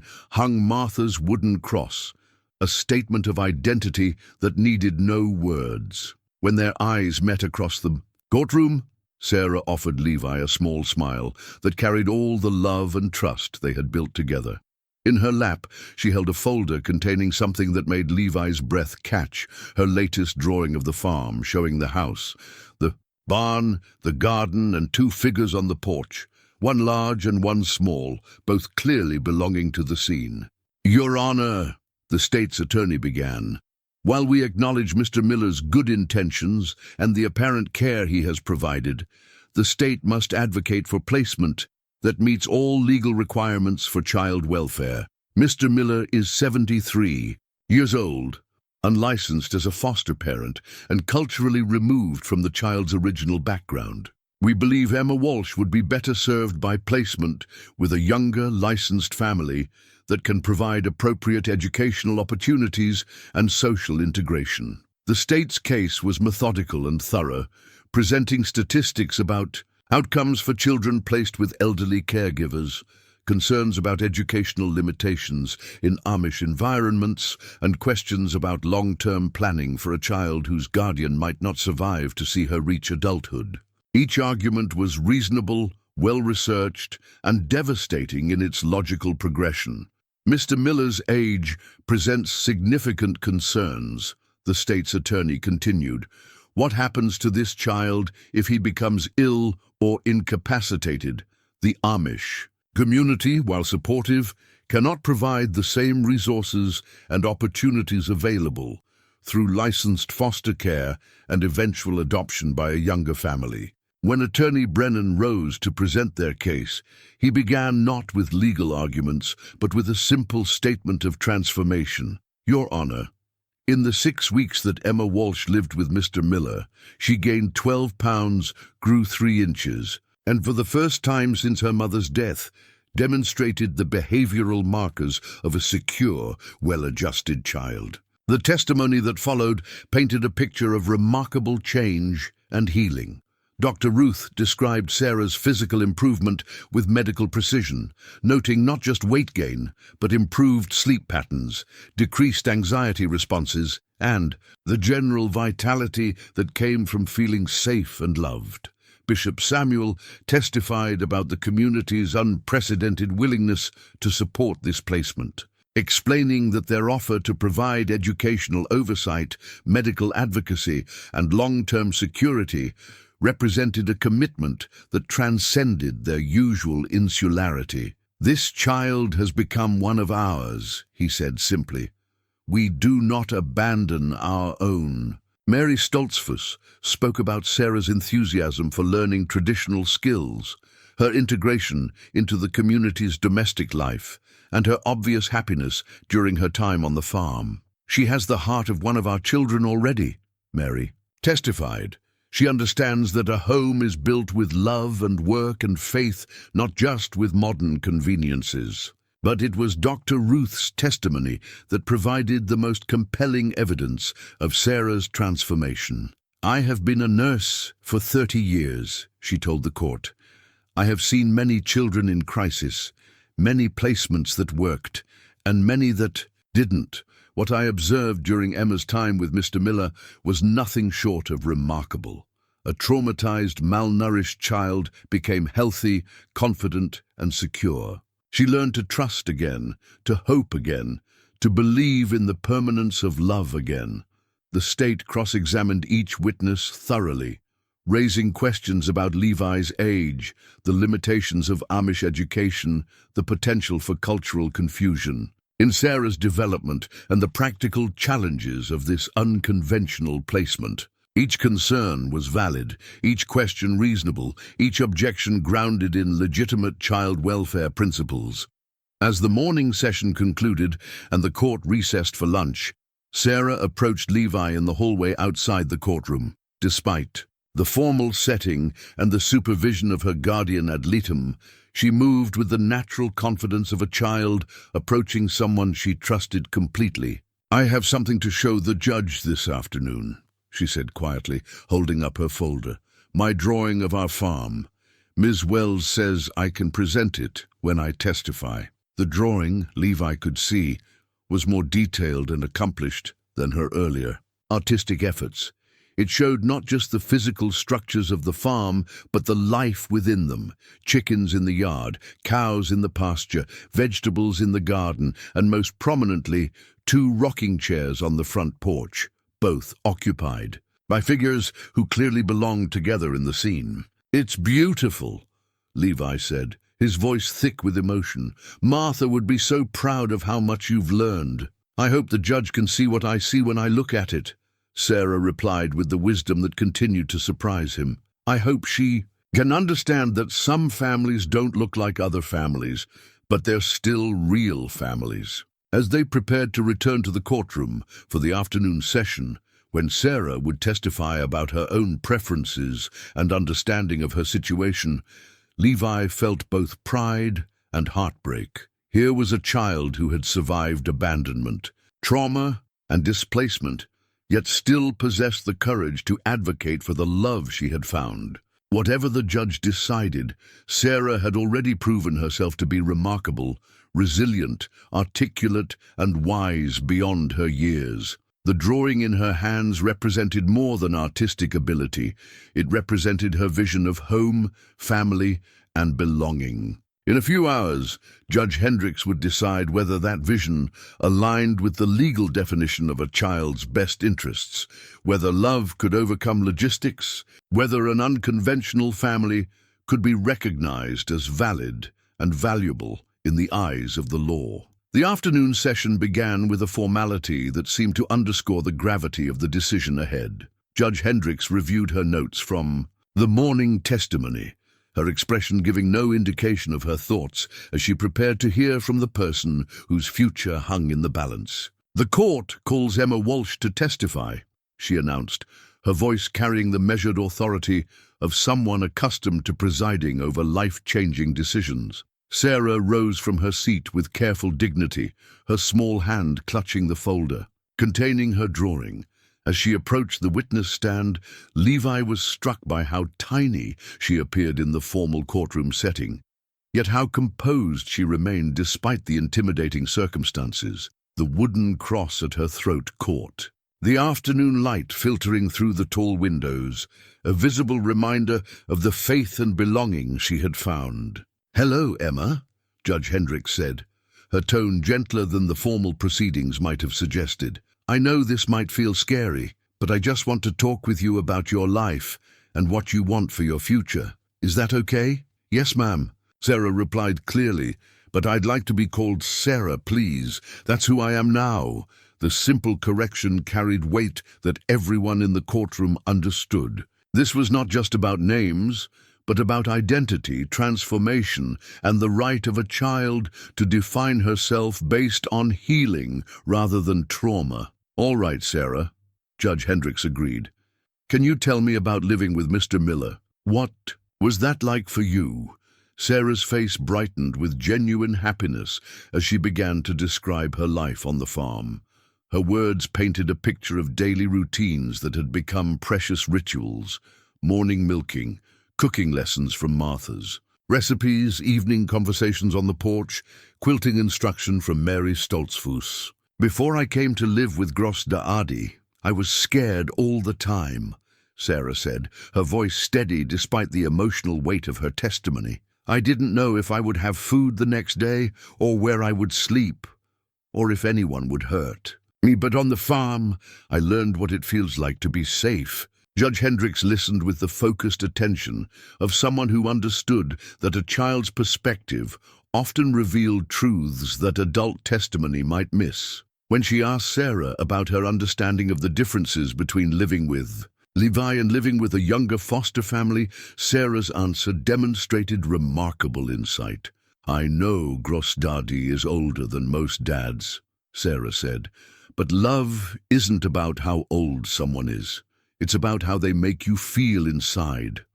And he makes me feel like I matter, like I belong somewhere, like I'm home. The state's attorney, required to cross-examine even this young witness, approached his questions with visible reluctance. His inquiries about education, social interaction, and future planning were necessary, but felt harsh in the context of Sarah's obvious emotional investment in returning to the farm. "Don't you want to go to regular school with children your age?" he asked. "I am learning," Sarah replied with quiet confidence. "Mary teaches me sewing and cooking and how to take care of things. Grossdaddy teaches me about animals and growing, food and fixing things when they break. Dr. Ruth teaches me about science and medicine, and everyone teaches me about faith and community and taking care of each other. But what about when you're older? What about high school, college, careers?" Sarah considered the question with the seriousness it deserved. "I think there are many ways to have a good life," she said finally. "Some people need college to be happy. Some people need different things. I need to belong somewhere, and I belong with Grossdaddy." When Attorney Brennan rose for redirect examination, he asked Sarah to show the court her drawing. She opened the folder with careful hands and held up the artwork that had occupied many hours of concentration and love. "This is our farm," she said, turning the drawing so everyone could see. "This is the house where I learned to cook Martha's recipes. This is the garden where I helped grow vegetables. This is the barn where I learned to milk cows. And these," she pointed to the two figures on the porch, "this is Grossdaddy and me, sitting together in the evening like families do." The drawing was more than artistic expression. It was a child's vision of home rendered in careful detail. Every element spoke of belonging, security, and love made manifest in daily life. "Sarah," Judge Hendricks said gently, "do you understand that if you go back to live with Mr. Miller permanently, it would be different from just staying there temporarily? It would mean that's your family forever, even when you grow up." "I understand," Sarah replied without hesitation. "And that's exactly what I want." Grossdaddy said that papers don't make families. Love makes families. We already are a family. We just need the papers to catch up. The wisdom in her response, quoting Levi's words back to the court as fundamental truth, struck everyone present. Here was a child who understood the difference between legal technicalities and emotional realities, who could articulate her needs with clarity that many adults struggled to achieve. "Is there anything else you'd like to tell me?"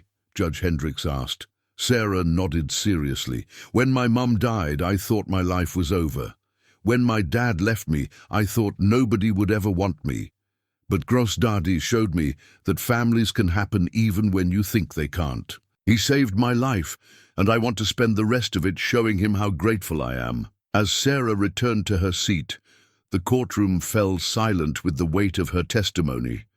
She had spoken not just as a child expressing preferences, but as someone who understood the profound nature of what was being decided. Her voice, clear, honest, and unwavering in its conviction, had given human dimension to all the legal arguments and expert testimony. Judge Hendricks announced that she would recess to consider all the evidence before rendering her decision.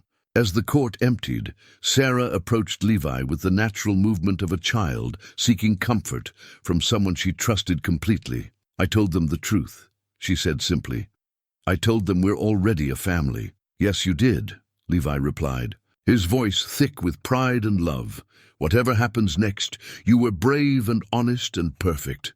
The wait for Judge Hendricks' decision stretched ahead of them like a bridge they would have to cross together, not knowing what waited on the other side, but knowing that their love for each other would remain constant regardless of the legal outcome.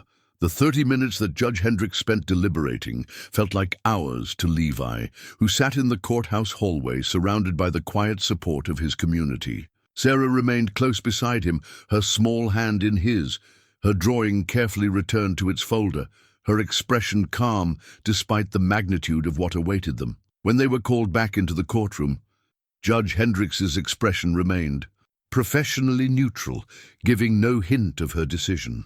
She reviewed her notes one final time before addressing the assembled group with the measured tone of someone who understood the weight of her words. This case has presented the court with a complex situation that requires balancing legal requirements with a child's demonstrated well-being, she began. The state has raised legitimate concerns about Mr. Miller's age, educational limitations, and the unconventional nature of this placement. However, the evidence of Sarah's transformation during her time in his care is extraordinary and cannot be dismissed. Levi felt Sarah's hand tighten in his, but her expression remained steady, prepared to accept whatever outcome the judge deemed appropriate. The court finds that while this placement is indeed unconventional, the evidence overwhelmingly demonstrates that it serves Sarah's best interests. Her physical health, emotional stability, educational progress, and social integration all improved dramatically during her time with Mr. Miller. The community support system is unprecedented and addresses many of the court's concerns about long-term stability. Judge Hendricks paused, her gaze moving between Sarah and Levi with something that might have been maternal warmth beneath her judicial composure. However, this placement will come with conditions. Mr. Miller will be required to complete foster care training, submit to regular home evaluations, ensure Sarah receives appropriate medical care, and work with the school district to develop an educational plan that meets state requirements while respecting the family's cultural choices. The relief that flooded through Levi was so intense it left him momentarily dizzy. Sarah's grip on his hand became fierce with joy, though she maintained the dignified composure she had shown throughout the proceedings. Therefore, Judge Hendricks concluded, the court grants Mr. Levi Miller temporary legal guardianship of Sarah Walsh, with the expectation that this arrangement will become permanent upon completion of all required procedures. Sarah, you're going home. The words, "you're going home," seemed to echo in the suddenly charged air of the courtroom. Sarah turned to Levi, with tears streaming down her face, not tears of sadness, but of pure, overwhelming happiness, the embrace they shared transcended the formal setting, representing the culmination of months of uncertainty, separation, and legal challenges. The drive back to the farm took place in Attorney Brennan's car, since Levi had traveled to court in Dr. Ruth's vehicle, and Sarah needed to collect her belongings from the Hendersons before returning home. The familiar countryside rolled past the windows, each landmark bringing them closer to the place where their unconventional family had been born. "Look, Grossdadi," Sarah said as they turned into their lane. "The garden still has tomatoes."